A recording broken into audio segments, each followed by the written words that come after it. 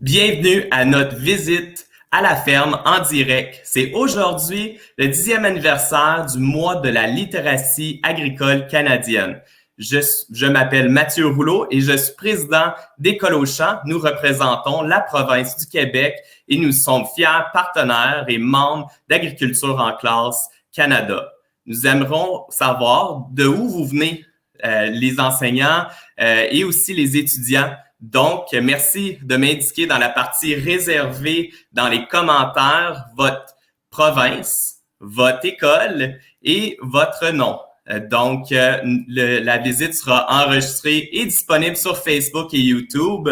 Donc, aujourd'hui, on a une invitée spéciale qui se joindra à nous pour la visite. L'Honorable Marc-Claude Bibeau, ministre fédéral de l'Agriculture et de l'Agroalimentaire, député de Compton-Stanstead, Québec. Merci d'être parmi nous aujourd'hui. Bien, merci Mathieu, ça me fait vraiment plaisir d'être avec vous aujourd'hui pour célébrer le mois de la littératie agricole. Et en plus, on a la chance de visiter 2 fermes et on va commencer par la ferme de Samuel Langto. C'est une ferme qui produit des œufs et qui a un très, très beau nom. Ça s'appelle la ferme Bibeau Langto. Alors, ça va vraiment être intéressant. La ferme de Samuel est située pas très loin de chez moi, dans les cantons de l'Est, au Québec. Et ça va être une très belle occasion pour nous tous d'apprendre c'est quoi la vie d'un producteur agricole et plus précisément la vie d'un producteur d'œufs. Et ça va être une belle occasion de visiter virtuellement la ferme et de lui poser aussi toutes nos petites questions. Et puis, j'espère que ça va encourager les jeunes à faire carrière en agriculture. Et carrière en agriculture, oui, ça veut dire travailler à la ferme, mais ça veut dire aussi travailler en électronique, ça veut dire être un scientifique, une scientifique, être agronome ou encore faire de la recherche. Alors, il y a plein de carrières intéressantes dans le secteur de l'agriculture et c'est important de s'y intéresser. Hein? C'est notre sécurité alimentaire qui en dépend. Alors, posez vos questions, soyez curieux. Et vraiment, c'est une super occasion. Je suis très contente que Samuel nous accueille chez lui aujourd'hui. Parfait. Fait qu'on va aller direct en la ferme. Samuel, bonjour. Bonjour, ça va bien? Oui, ça va très bien. Fait que on est à ta ferme. On vient de visiter. Fait que tu pourrais-tu nous parler? T'es où actuellement? Dans le fond, c'est ça. Bienvenue à la ferme Bibeau Langto. On est à Compton, en Estrie, sur la ferme familiale. Donc, je suis présentement dans l'entrée, puis c'est ici que je commence ma journée, là, quand que je commence ma journée de travail à la ferme. Puis, on pourrait-tu savoir un peu ta ferme, ça consiste de quoi? Madame Bibeau, elle a parlé que tu produis des œufs, mais on peut-tu avoir un peu plus d'explications sur qu'est-ce que tu fais à la ferme? Exactement. Je suis producteur d'œufs de consommation, donc on produit les œufs qui sont vendus dans les épiceries puis dans les restaurants. Puis en ce moment, on a 15 000 poules pondeuses qui est en production. Puis on a des nouvelles installations puisque j'ai démarré avec l'aide au démarrage de la Fédération des producteurs d'œufs. Ah, c'est super. Donc, on va commencer la visite. Moi, je suis excité de voir la ferme. Fait qu'on te laisse prendre le lead d'expliquer où aller puis un peu plus l'entreprise. La première étape, c'est qu'on doit se changer. Je me suis déjà changé, mais on enlève nos bottes, puis il y a une zone de biosécurité pour pas entrer les bactéries de l'extérieur. On peut être sûr qu'il n'y a pas de maladie des oiseaux sauvages qui peuvent entrer dans le poulailler. Donc, j'ai d'autres chaussures qui sont dans le poulailler, puis on peut laver notre linge directement à la ferme pour être sûr de vraiment pas contaminer nos oiseaux, parce qu'on peut pas utiliser d'antibiotiques. Donc, on doit vraiment faire de la prévention là, des maladies au lieu de faire des traitements. C'est ça. Donc, la première chose que je fais, c'est que je viens voir mes contrôles, puis je m'assure qu'ils ont bien mangé, que les températures sont bonnes, que la consommation est bonne. Puis ensuite, je me dirige au poulailler, puis je dois changer encore mes bottes pour être sûr qu'il n'y a vraiment rien qui va entrer au niveau des oiseaux. Donc, je vais me changer de bottes, me laver les mains, puis je vais pouvoir entrer dans le poulailler. Et puisqu'on n'a pas Internet en ce moment, ben je vais faire la présentation par vidéo. Puis Samuel, est-ce que tu pourrais nous dire les poules, ils mangent quoi? Les poules, ils mangent du grain qu'on a, qui sont faits par des rations qui sont faites par les nutritionnistes. Puis, selon la stade de production de l'œuf, ils vont balancer selon la grosseur de l'œuf puis la grosseur de la poule qu'on s'ajuste. Puis tu parlais beaucoup de biosécurité à la ferme, comment c'est important. Puis moi, je voulais savoir, Madame la ministre, est-ce qu'on se compte parmi les gens chanceux de vivre dans un pays où les aliments sont très sains et salubres? Qu'est-ce que vous en pensez de ça, Madame Bibeau? Ah oui, vous avez raison de le mentionner parce que le Canada est vraiment reconnu sur la scène internationale pour avoir un système qui assure la salubrité des aliments. Ça veut dire que les aliments qu'on retrouve dans nos épiceries sont vraiment propres à la consommation. Ils ne présentent aucun danger. Et nos producteurs agricoles sont tellement engagés à avoir les meilleurs produits au monde, carrément. Donc, comme Samuel a donné un bon exemple, on essaie de faire le plus de prévention possible pour éviter, pour avoir aussi une agriculture qui va être la plus durable possible dans la façon dont on prend soin de nos animaux et dans la façon dont on prend soin de la terre aussi. Hey, c'est super. Puis je voulais juste répéter à toutes les gens qui nous écoutent à travers le Canada que vous pouvez ajouter une question dans les commentaires sur nos lives pour demander à la ministre ou même à Samuel pour votre curiosité. Donc, s'il n'y a pas de questions, nous autres, on va continuer la visite. Vous savez peut-être qu'il y a de nombreuses régions au Canada qui ont pas nécessairement l'Internet haute vitesse de qualité pour être capable de rentrer plus spécifiquement dans un poulailler. Donc, Samuel nous a préparé une petite vidéo pour être capable d'expliquer dans le poulailler où l'Internet se rend pas pour un peu parler de les poules. Donc, on va aller à la vidéo, puis Samuel va nous expliquer qu'est-ce qui se passe. Donc, c'est ça, on peut voir les systèmes là, de chaque sport qui permet d'avoir des perchoirs, puis aussi à l'arrière un grattoir, qui permet de faire les comportements naturels des oiseaux. Et des nouvelles normes de bien-être animal là, qui sont en vigueur. On voit là qu'ils les pouces de perche, puis qu'ils se promènent là, ils sont vraiment dans leur environnement. Ils vivent en colonie, donc ils se côtoient ensemble, là, puis ils sont très bien dans cet environnement-là. Donc, les poules sont en liberté dans le poulailler, dans les régions, puis ils peuvent manger autant qu'ils veulent? Ben, dans le fond, là, ils ont un système d'alimentation en avant de la cage, puis eux autres, ils ont accès à la nourriture par producteur. On ne pas 5 fois par jour, puis ils peuvent manger là, leurs grains à tous les moments de la journée.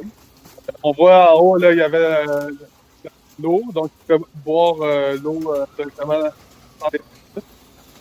Ici, on voit l'œuf qui descendait dans la cage, puis le plancher, puis on voit qu'il descend sur la strap. Avant, la strap, ça permet de faire la collecte des œufs. Ils vont, ça avance très tranquillement. Il y a une grosse quantité d'œufs qui peut être en train de On voulait un peu savoir, Samuel, les poules, ils sont-ils comme des humains? Ils ont juste un estomac? Ils ont-ils plus d'estomac? Je suis curieux de savoir en lien avec ça. S'ils mangent du grain, nous autres, on a un estomac. Tu pourrais-tu nous en parler? Un pouce d'estomac pégésié, puis ça permet de broyer, de digérer. C'est pas exactement comme un humain, mais c'est plus semblable que. OK, c'est super. On voit les œufs là, qui sont sur le broyeur, tout le monde aller se faire classer dans la salle de classement. Vraiment, faut vraiment faire attention pour pas qu'il y ait d'œufs qui sont craqués ou qui sont brisés, parce que sinon, ce ne sera pas des œufs de classe A qui vont pouvoir aller pour les consommateurs. Donc, on a une question, Samuel. Les gens demandent combien d'œufs une poule elle peut pondre par jour ou par semaine? Ça peut pondre par jour, c'est environ un œuf par poule. C'est presque un œuf par poule au pic de la production. Euh, c'est environ 98% là, du nombre de poules que je peux ramasser d'œufs par jour au pic de ponte. Fait que ça veut dire que toi, tu as beaucoup d'œufs dans ton poulailler. Tu pourrais-tu nous dire combien de douzaines d'œufs que tu produis par semaine? Par semaine, dans le fond, je produis en ce moment, on est en début de production, donc la courbe de production monte tranquillement, puis ensuite, elle tient un pic pour descendre. Puis en ce moment, on est au début du pic, donc en ce moment, je fais environ 7 palettes de 10 000 œufs par jour, par semaine. Donc, c'est Wow! environ une palette, comme on voit derrière, là, qui est environ 7 à 8 palettes, puis le camion, il passe à toutes les semaines venir chercher ses œufs. Puis, est-ce que les œufs, quand ils sont dans le transport de la machine et tout ça, est-ce qu'il y en a qui sont cassés ou brisés? Ça arrive qu'il y a des œufs qui sont failés, qu'on appelle, avec une mini craque. Puis au poste de classement, où ce que j'envoie mes œufs, eux, ils vont les prendre, ils vont les envoyer qu'ils soient pasteurisés, puis ensuite dans d'autres produits. Donc, ils sont pasteurisés. Le but, c'est de faire des œufs de consommation qui vont être dans les épiceries, dans les deuxièmes. Le but, c'est d'avoir le moins de failés possible. Ah, super, mais moi j'ai une question pour la ministre qui sort. Est-ce que vous mangez des œufs, Madame la ministre? Oui, je suis une bonne. J'encourage beaucoup mes producteurs d'œufs, ça c'est sûr. J'en mange régulièrement dans mon déjeuner, évidemment, mais quand je suis un peu pressée, je vais me faire un petit sandwich aux œufs pour dîner. Alors, oui, je suis une bonne consommatrice. Ah, mais c'est super. On a aussi une autre question. On a du temps pour quelques questions. Donc, si vous n'avez pas pris un moment pour écrire votre question suite à votre curiosité des vidéos qu'on voit, les poules, vous avez le temps de le faire. Une des questions ici, c'est ça paraît très sombre dans le poulailler en termes de lumière. Est-ce que les poules sont impactées sur la lumière dans leur poulailler? Oui, les animaux sont vraiment sensibles à la lumière. C'est pour ça qu'on met la lumière un peu plus sombre, parce que ça permet de les calmer, puis d'être sûr qu'ils ne vont pas piquer les œufs ou se piquer entre elles. Ça peut arriver, là, et des comportements qui peuvent arriver. On s'assure là, qu'il y ait vraiment la bonne quantité de lumière pour qu'ils soient calmes. Puis ils n'ont pas les mêmes visions que nous, les humains. Donc pour eux, c'est pas vraiment sombre. Là. Donc ils voient les différentes façons. C'est super. Fait que on va aller à un autre endroit dans les tables, si je me trompe pas. Samuel, tu nous as préparé un autre petit vidéo au niveau de le fumier des poules. Donc, si je me trompe pas, on va aller regarder ce vidéo-là à l'instant pour être capable de regarder qu'est-ce qui se fait avec le fumier dans le poulailler.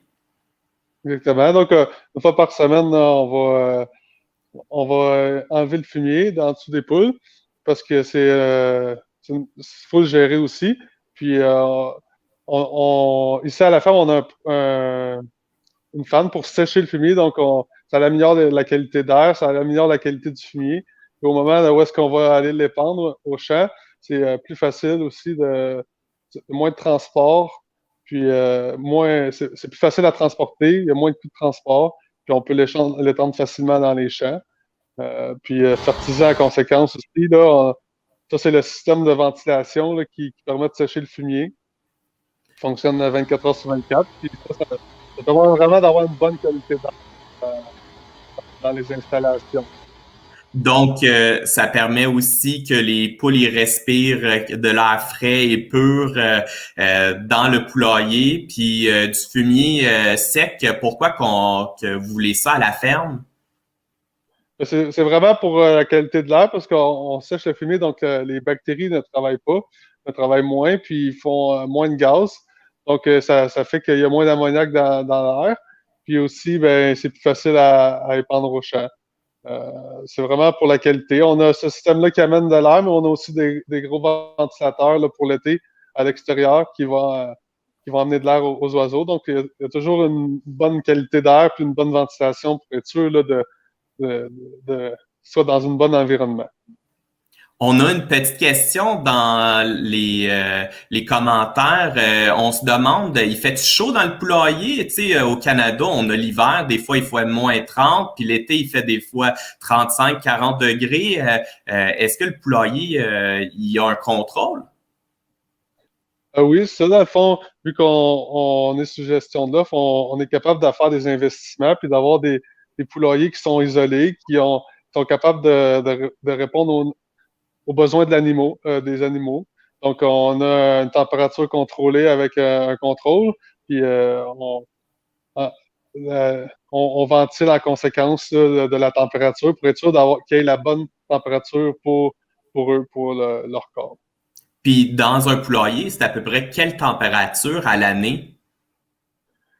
Euh, en- Ça dépend de la consigne, mais en ce moment, je suis environ à 73 Fahrenheit. Ça fait environ 20 quelques degrés. Là. C'est comme à la maison. Là. C'est vraiment une température confortable. Fait que les poules sont aussi confortables que nous autres dans nos maisons. Exactement. C'est comme leur maison ici. Là. C'est super. Moi, j'avais une petite question pour la ministre. Pourquoi est-ce que l'environnement en lien avec le fumier et tout cet aspect-là avec les productions animales, pourquoi c'est important pour la population puis pour les agriculteurs? Bien, je pense que les gens de plus en plus prennent conscience de l'impact des changements climatiques sur notre vie. Et les producteurs sont les premiers à subir cet impact-là, les changements dans la température, les extrêmes météorologiques qui arrivent de plus en plus souvent. Les premiers qui en subissent les conséquences, ce sont les producteurs. Donc, ça fait longtemps déjà qu'ils font des efforts. Puis, ils savent qu'il faut toujours faire plus d'efforts parce que c'est ce qu'ils ont de plus précieux, c'est leur terre, c'est leurs animaux. Et on veut aussi, comme gouvernement, investir dans la recherche de nouvelles technologies, dans la recherche pour avoir les meilleures pratiques possibles, puis que les producteurs aient cette information disponible là. Aussi les aider à pouvoir acheter des nouveaux équipements pour toujours avoir une agriculture qui soit plus durable. Puis moi, j'aime bien souligner aussi, quand je parle d'agriculture durable, c'est sûr que c'est pour l'environnement, beaucoup, mais c'est aussi durable dans le sens qu'on veut que économiquement, nos producteurs aient une bonne vie aussi parce que c'est toute la vitalité de nos régions rurales qui dépend d'eux, beaucoup, beaucoup. Puis socialement aussi, au niveau humain, c'est important que notre agriculture soit durable, c'est important qu'il y ait cet équilibre-là dans nos vies. Protéger notre environnement, permettre à l'économie de bien fonctionner et aussi permettre aux gens d'être bien dans tout ça. C'est super. Puis si je me trompe pas,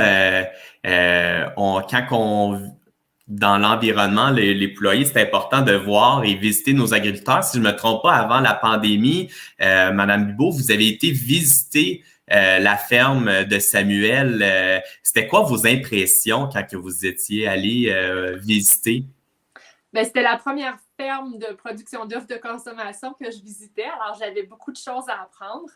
Et puis, Samuel m'a expliqué pourquoi il n'y avait pas de papa dans les poulaillers pour les œufs de consommation. Il n'y a pas de coq. Alors, Samuel, peut-être que tu peux expliquer encore une fois aux jeunes. Peut-être que tout le monde ne connaissait pas la réponse, ne connaît pas la réponse encore. C'est ça, dans le fond, on n'a pas de coq parce que pour faire un œuf, la poule n'a pas besoin d'être fécondée. Donc, pour les œufs de consommation, c'est des œufs non fertilisés, donc c'est seulement des poules.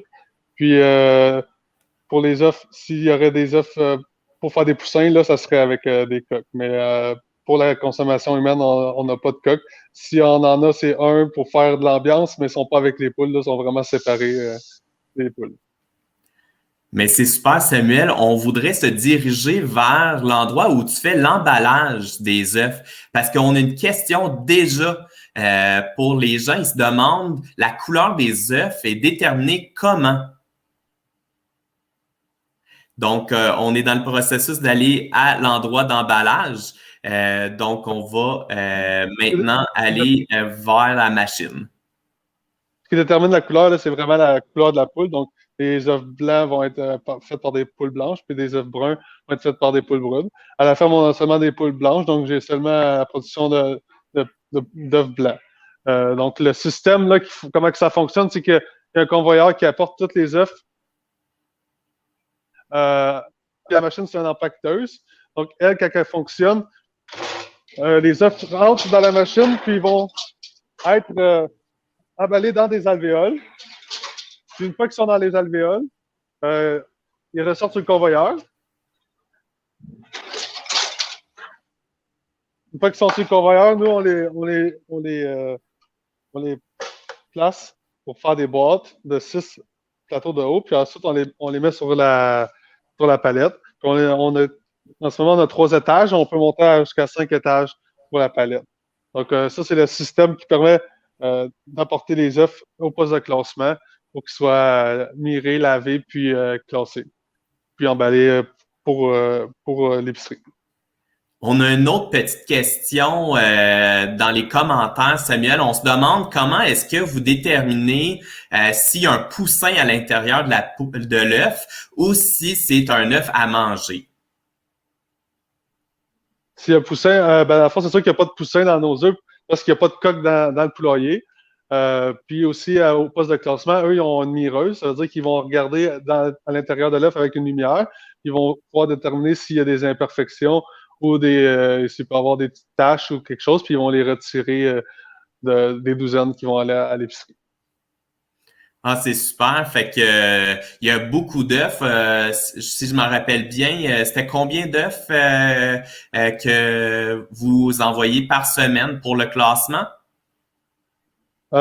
Exactement, là, c'est difficile à dire, mais c'est environ 7 à 8 palettes là, en ce moment de 10 200 œufs. Là. Donc, c'est des palettes de 5 étages.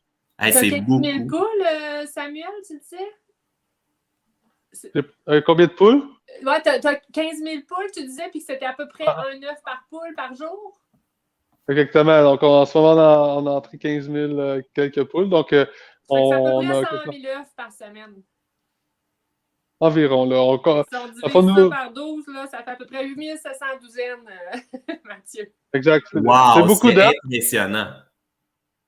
Ça permet vraiment de nourrir la population. Là. C'est des systèmes qui permettent justement de satisfaire à la demande parce qu'au Québec, il y a 5 millions de poules pondeuses. Donc, pour satisfaire la demande des consommateurs puis de la consommation d'œufs de tous les jours. Là. On a une autre question dans les commentaires. Comment est-ce que tu as commencé dans la production de poules pondeuses pour l'œuf à consommation et tout ça? Pourrais-tu nous expliquer un peu le cheminement? Parce que si je me trompe pas, tu as un cheminement dans un autre secteur agricole. Oui, dans le fond, mon père a une production laitière, puis moi, j'étais allé étudier en sciences pures au cégep, puis ensuite à McGill à faire mon baccalauréat en agronomie. Puis ensuite, j'ai continué mes études à ma maîtrise. Donc, j'ai fait ma maîtrise en sciences animales sur les vaches laitières. Puis, j'ai participé en même temps au concours de la fédération pour pouvoir démarrer ma propre ferme. Puis ça m'a permis de faire un démarrage en agriculture. Mon frère, lui, s'occupe de la ferme laitière. Moi, je m'occupe des poules pondeuses. Puis j'ai démarré ensuite à ce concours qui permet de démarrer. Puis j'ai construit, puis c'est mon 3e lot en ce moment là, de poules que j'ai. Donc, il y a des opportunités, il y a des façons de rentrer dans la production d'œufs au Québec pour quelqu'un qui ne vient pas d'une ferme. Il y a des opportunités pour des jeunes de la relève. Ah oui, il y a beaucoup d'opportunités en agriculture. On peut. Il y a beaucoup de carrières, mais aussi même juste en direct en agriculture, il y a beaucoup d'opportunités. Puis moi, c'est ça, ça m'a permis de démarrer. Puis il y a vraiment plusieurs domaines. Puis pour toutes les passions de chaque personne, il faut vraiment être passionné par contre. Il faut vraiment vouloir travailler puis s'impliquer. Puis c'est ça qu'on fait. Donc pour nous, c'est je crois qu'il y a beaucoup d'opportunités en agriculture, oui. Mais c'est super. Puis, Madame Bibeau, l'importance de la relève en agriculture, on voit ça de plus en plus pour s'assurer qu'il y a une pérennité de l'agriculture dans l'ensemble du Canada. C'est quoi l'importance de la relève comme Samuel, quelqu'un qui n'est pas nécessairement du secteur avicole qui rentre dans ce secteur-là? C'est quoi l'importance? Bien, c'est sûr que c'est vraiment important d'aider les jeunes à pouvoir démarrer en agriculture. Hein. C'est notre avenir à tous. C'est eux qui nous nourrissent. Alors, c'est important de les encourager. On entre autres avec Financement Agricole Canada, qui est un peu comme une banque pour les agriculteurs. Il y a différents programmes pour aider les jeunes ou pour aider les femmes aussi en agriculture. Souvent, c'est des fermes familiales. Alors, on veut aussi voir, et d'ailleurs, je travaille avec la ministre des Finances, la ministre Freeland en ce moment, pour voir comment on peut faciliter les transferts des parents aux enfants. Alors, c'est une priorité pour nous. Hey, mais c'est super. Samuel, on est presque à la fin de notre visite virtuelle déjà. Ça passe tellement vite. On est tellement content d'avoir visité ton entreprise. Merci beaucoup, Samuel. Est-ce que tu as quelques mots de la fin pour les jeunes qui vous regardent aujourd'hui avec les yeux qui brillent sur la production de poules puis d'œufs à consommation? Oui, ben pour les jeunes, je dirais vraiment, je leur conseille de s'intéresser à l'agriculture, s'intéresser à apprendre, à essayer de connaître plus d'où ce que la nourriture provient, puis de vraiment parler à des producteurs. Puis il y a beaucoup d'opportunités, donc même durant les études, d'aller faire des stages sur des fermes ou ben non, d'aller voir un voisin qui a une ferme, pour pouvoir s'intéresser à voir c'est quoi. Puis c'est vraiment un beau métier, puis c'est vraiment beaucoup d'opportunités dans plusieurs domaines. C'est super. Fait qu'on voudrait aussi remercier notre invitée spéciale, Madame Bibeau, aujourd'hui, d'avoir participé à la visite virtuelle avec Samuel. Merci. Ça me fait vraiment plaisir d'être avec vous et à tous les jeunes, soyez curieux, posez des questions. Bonne journée. Merci à toutes et tous les élèves qui ont participé à travers le Canada à notre visite virtuelle. Si vous le pouvez, revenez et soyez de les notes pour la visite de la ferme laitière dans quelques instants. Cette visite se fera en anglais. À tout à suite.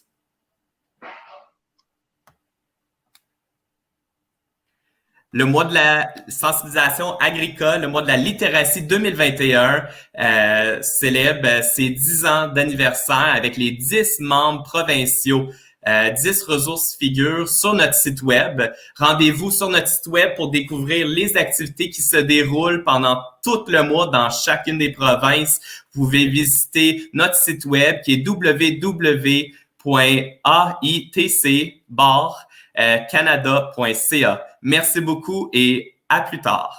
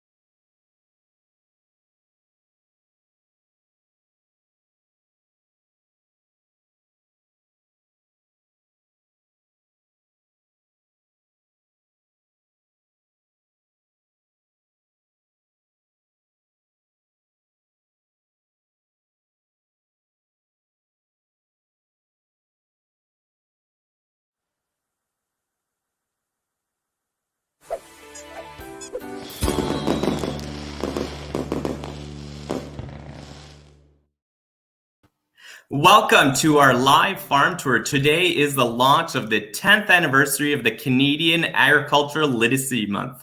My name is Mathieu Rouleau. I am president of École au Champ Québec. We are represent the province of Quebec, and we are a proud member of Ag in the Classroom Canada. We would love to see your comments and welcome all the teachers and students from where you are across Canada. Please add your school, your name in the comments so we know where you are, and ask all your comments as we go while we are visiting the dairy farm. So today I'd like to mention that we have a special guest joining us.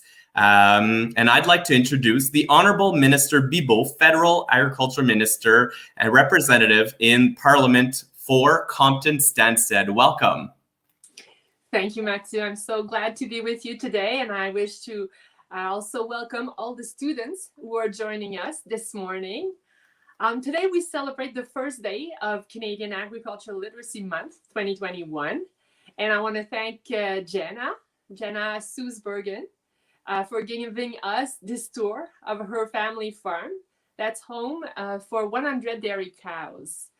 Jenna's farm is in my home province in Quebec, not too far from where I live.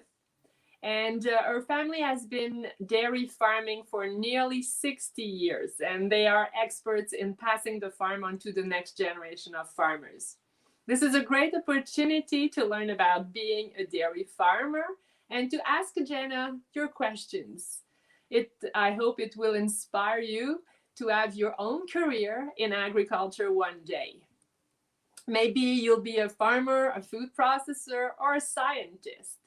Some of you may help out on your own family farm and have stories to share with your classmates and friends. Most of all, have fun this month and keep being curious about agriculture. Thank you so much. And I'd like to welcome now our other special guest, who is Jenna. Good morning, Jenna. How are you doing? Good morning. Doing good today. Yeah, I also like awesome. to introduce my little helper here, Annabelle. So she's going to be along for the tour today. Good morning, Annabelle. So we're at your dairy farm. So today, can you tell us a little bit about your dairy farm? Yeah. So here you are at Soosbergen Farms. We are 5 people who work on this farm. Myself, my brother, and my cousin are taking over the farm from my father and my uncle. So we keep 5 families from this farm. We have a total of 230 animals, from little babies to big cows, and we milk 95 cows twice a day. Well, that is awesome. So I'd also like to point out that Madame Bibeau is the first female minister of agriculture, and Jenna is a female dairy farmer. I'm wondering, the average age of farmers is around 53. How do women and youth help assure a future in agriculture, Madame Bibeau? Well, when I came into this position exactly 2 years ago, I'm celebrating my 2 year as Minister of Agriculture today. I've noticed that I was most of the time meeting with experienced men, when we all know that farms are being run by the family. And we have also to take into consideration the average age of the farmers. And this is why it's so important to support women and youth who are interested in agriculture and help them out. Well, it's very impressive, and it's very exciting to see women in leadership positions helping guide the future of agriculture. And so now students, I see everybody joining in from Manitoba all the way to Newfoundland. So if you guys are watching live today and you have questions, feel free to ask Jenna or even Madame Bibeau questions throughout the tour, and they'll be popping up throughout the tour. And so let's ask Jenna to get started. We're super excited to go see the farm. So let's move forward. And Jenna, the ball is yours. So I guess we could get a little closer to our cows here. So we feed our cows once a day, and the cows, they eat, we call a total mixed ration. So, and this gets mixed up. It's in a big mixer. It's pulled behind our tractor. It's like a really big mixing bowl. And in there we throw hay and corn silage, grain corn, and we mix it all up because cows, they love to sort through their food. They like to stick their noses in there and dig around. So we try to mix it up as good as we can so that they get everything they need to be healthy and happy. Well, that's exciting. And so I see that the cows are black. What type of cows do you have? Yeah, we have Holstein cows here. They're black and white. We don't have any red cows here. Just the whole black and white dairy cows. Oh, and if I'm not mistaken, the Holstein is one of the dominant dairy breeds in all of Canada? Yes, that's true. It's the most popular breed. So the cows eat all of that food on a regular basis. It's like a buffet. And how many stomachs do they have to be able to digest all this food? Yes, dairy cows have 4 stomachs. And that allows them to eat stuff like hay and digest it. Interestingly, they'll swallow their food and then they'll bring it back up again many, many times. It's called chewing their cud. So that's why when you see them lying down, often cows are chewing. And that's because they're re-chewing the food that they already swallowed. So usually when a dairy cow's eating, she just swallows her food as fast as she can. And then when she goes and lies down, that's when she brings it back up and chews it a little bit better. So do cows drink water? Cows drink lots of water. And it's really important to make sure that they have access to clean water all day long. Even in the winter, cows, they drink a lot of water.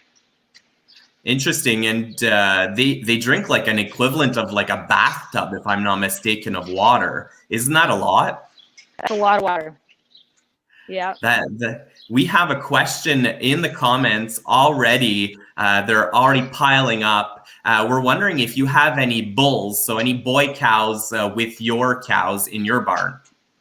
No, we don't keep any of the boy cows here. It's all only the females.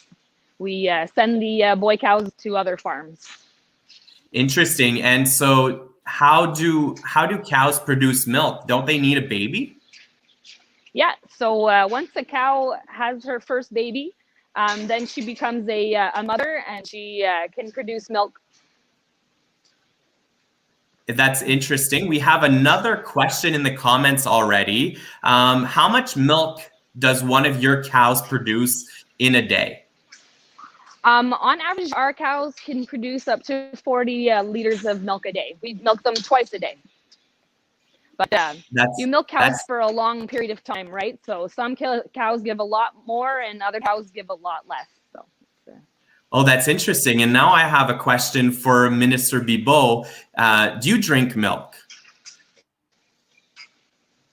Yes, I do a lot. I still don't drink coffee, and I drink milk every morning. And do you use milk or dairy products in other ways, be it in cooking or something? I eat a lot of yogurt and cheese, and I'm a big dairy consumer. Oh, that's great. And so we're going to be talking about dairy throughout the whole tour. So if anybody has any questions, keep your questions coming. Minister Bibeau and Jenna are asking a lot, are there for all the questions. So go ahead in the comments. I'm reading the comments as we go along, and we're going to keep talking with Jenna for the next few minutes. So it's very interesting. So it'd be very cool just to come back to the basics. And you were talking before that you had how many cows in your barn? So we actually have a total of 230 animals in total. So 130 from like little teeny babies all the way up to 2 years old when they have their first calves. And then we'd have 100, little over 100 cows that we milk. And how old is your oldest cow in your barn? She'd be about 9. Yeah, 9 years old. Yeah, she's had five babies already. Wow, that's impressive. And so we're hoping to be able to show us the milking process with all the different aspects in the parlor. So we're going to be going towards the parlor shortly to see how the cows get milked. And if anybody has any questions for Jenna while she's in the dairy barn, we can go ahead right now and ask them. And we're having questions piling in. So one of the questions, Jenna, is how many hours a day do you work? More in the summer than in the winter because we make all of our own feed. So we have land as well. So haying, making the hay and making the corn for the cows takes a lot of time. But on average, you could say maybe 10 hours a day, 8 to 10. And what does your typical schedule look like? If we were to follow you for a whole day, when you wake up, what do you do in your day? So we milk our cows at 5:30 in the morning and 5:30 at night. So in the morning, we wake up at 5:30 and we come and we milk the cows. By 8:30, we're usually finished up with our chores. So we go home and have some breakfast and spend time with the family. And then we'll come back and work in the day, just taking care of things that need to be taken care of. And at night, we'll milk from 5:30 to 7:30 when we're done for the day. So the cows produce a lot of milk. How much time does it take for a cow to be milked and to take all her milk out of her udder? So cows are just like humans, and everybody's different. So you have some cows that are slow and some that are fast. The fastest one can be 3-4 minutes, and some can take up to 7 or 8. Oh, that's very interesting. And so do we have any other questions in the live feed before Jenna heads out to talk to us about the milking parlor? Oh, we do have a special question. We have somebody that's asking us, do cows like snow? Like snow?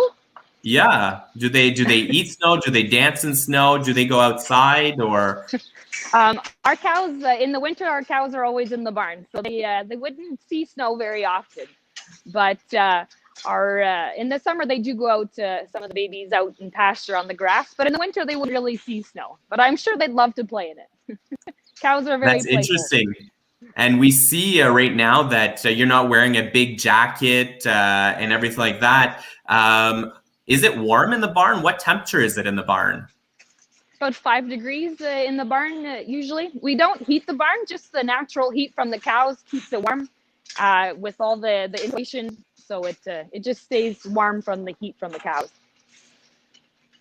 Well, awesome. So we're going to be letting Jenna go to the office so we can talk about the parlor. So we're going to look at a few questions in the chat. And we have another question in the what type of vegetables, or not vegetables, what type of fruit does Madame Bibeau put in her yogurt? Anything, but I would say that cherry is my favorite. Oh, interesting. And so we're going to be following Jenna as she goes to the office to talk about the milking aspect. And so dairy production is a very big production in Canada. There's dairy farms across Canada, if I'm not mistaken, Madame Bibeau? Yes, we have more than 10,000 dairy farms across Canada. And do we find dairy farms in every province? Yes, absolutely. Oh, interesting. Yeah, Quebec and Ontario are the biggest producers, but still we have dairy producers all across the country. And an average farm is milking about 80 cows. 80 cows. So that means that Jenna has a bigger farm than the average in all of Canada. A bit bigger than the average, yes. And so we see that she's in a freestall setting so that the cows are loose. There's different types of settings. We have people that have them in a tie stall barn where they have big mattresses and are very comfortable. That is all across Canada. And so we're going to go now into the area where all the money and the magic works for milking the cows. So we're going to let Jenna walk us through the milking parlor video because, of course, the internet is not necessarily the greatest in the parlor. Like many regions in rural Canada, we have sometimes not the greatest internet. So Jenna, take it away. Okay, so here you see a video of my dad milking his cows. The first step when you're milking a cow is to clean her off. So you just try to get anything off the udder and the teeth that's dirty. And we put a little, we dip them with a little solution that helps to clean them up. We do 5 at a time. So we can milk up to 20 cows at a time, but we'll do 5 at a time. That allows the milk to start coming after you take a little bit of a milk out. So you see that he does a couple of cows. Then when he's got 5, he'll come back to the first one and he'll wipe off all the cleaning solution and he'll put the milker right on. That's interesting. And so is there these machines do all the job or is there such thing as milking cows by hand, or in all of Canada do they milk with machines now, Jenna? Yeah, all cows get milked by machines. So in our case, we do the work of putting the milker on ourselves, but there's even a such thing as milking robots, where a robot will do all the work of putting it on and everything. So we see that that milker has 4 cups. Do all cows have 4 teats on their udder? Yep, all cows have 4 teats on their udder. Yeah.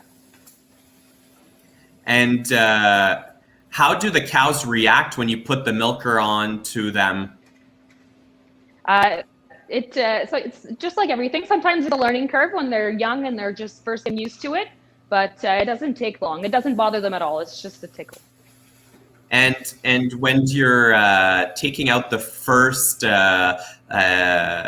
when you're stripping the cow to take out the first jets of milk, does that stimulate them to produce their milk? Yeah, so stripping them, taking the milk out, that just helps get everything going, gets the hormones flowing, so that it helps bring it around, helps it work. Well, that's very interesting. And we have another question from a classroom that they're wondering, do older cows tend to get milked faster or slower as they age? A slow cow tends to be a slow cow from the start to the finish, so they don't always change. Unless some cows who produce a lot of milk will take longer for sure. So sometimes with age they produce more milk, but it's more about genetics than anything else. And do the cows milk produce more as they get older? Some, yes, yeah, they'll produce more as they get older, yeah. Oh, we have another question in the comments, and we're wondering if the cows have names. I name every single cow that is in this barn. That's my job, and Annabelle loves to help with that job. So with 230, sometimes my names get a little crazy, but they all have a good name. Well, that's interesting. And once the machine has taken all the milk out of the cow, and where does it go? So the milk goes into what we call a bull tank. So there's pipelines underneath our parlor and brings it up to the bull tank, where it gets all cooled down to the right temperature, just like in the fridge, to keep it nice and cold and ready for when the milk truck's gonna come pick it up. And so when we go to the store, do we automatically drink milk from your farm, or what happens to the milk when it goes to your farm from your farm to the dairy processing plant? Yeah, so the milk goes to the processing plant, and that's where it gets pasteurized, which is a process to make sure that milk is good and clean for you to drink. That's interesting. And so at your farm, does your milk produce 2% milk, which I drink in the store, or what type of milk do you produce, or what fat content? Yeah, our average fat is about 4.1%. That's interesting. Quite a bit more than your 2%. Yeah. Yeah. And Madame Bibeau, what type of milk do you drink? What percentage of milk fat do you drink? 2%, same as you. That's awesome. And do we have any questions? Yes, we do. We have one on the screen, Jenna. They're asking, what is your favorite part of your job? Favorite part? I like it. I like a lot of my job, but just being inside with the cows is definitely fun. And I take care of the babies a lot during the day, so that's always fun to be with the baby cows. And why are you a farmer? What brought you to becoming a farmer? Can you tell us about where you studied and how you came into taking over the family farm? Yeah, I was kind of a roundabout process, actually. I studied agricultural sciences. I have a bachelor's degree from McGill University, and I'm a professional agronomist here in Quebec. I worked for a couple of years helping farmers before I came back to the farm. So I came back later in life just because I realized something was missing. And so you like working with the calves and everything. And so how long do they drink milk? Our calves will drink milk for 8 to 10 weeks, depending on their size. We make sure that they're big enough before we take them off milk. And then what type of things do they eat after the milk? Did I lose them?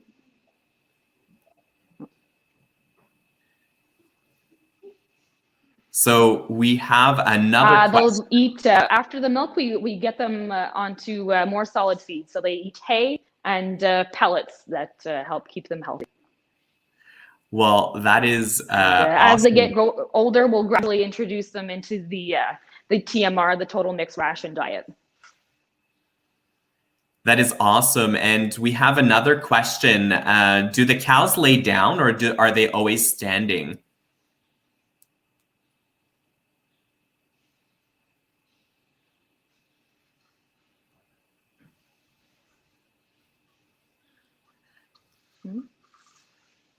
So maybe Madame Bibeau, you can help us with that. Do you know if the cows are always standing or do they have room to lay down? They definitely have room to lay down. I've visited many dairy farms, and in all of them, they had room to lay down. And so some of them, they sleep on mattresses like we have in our bedrooms. Some of them will sleep on sand. Some of them will sleep on straw. There's a whole bunch of different things that they sleep on so that they can be comfortable. And did you know that cows produce twice as much milk when they're laying down? Oh, no, I haven't heard that before. Yeah, so there's more circulation of the blood in the mammary system, and so they're able to produce more milk laying down. And so as we see, Jenna does have a little bit of an internet connection that is sporadic, and so we have another question for Jenna. We want to know, do brown cows make chocolate milk?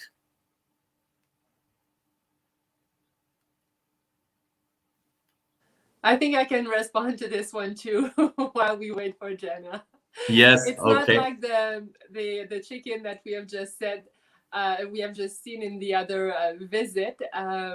No, all the cows produce white milk, and then it's the processor who decides to make different flavors. Oh, well, that's interesting. And I know that we're coming to the end of our tour, and we'd like to thank you, Minister Bibeau, for joining us today as our special guest of the live farm tours of the Agriculture in the Classroom Canadian Agri-Literacy Month. It was such a pleasure to have you here celebrating our 10 years of Canadian Agricultural Literacy Month. I know that you're a busy person and you are going to have to go, but we have a few more questions that we're going to be hopefully asking Jenna if she's back online. Otherwise, we'll be ending our tour here with a few thank yous. So thank you very much, Madame Bibeau. Well, it's really a pleasure to be with you today. And I'm glad that we had a good participation. It's important that our young people get interested into agriculture. There are so much opportunities of different career in agriculture, from being a farmer. And actually, you see, it's interesting that the two farmers we've met this morning have been to university and have studied in science.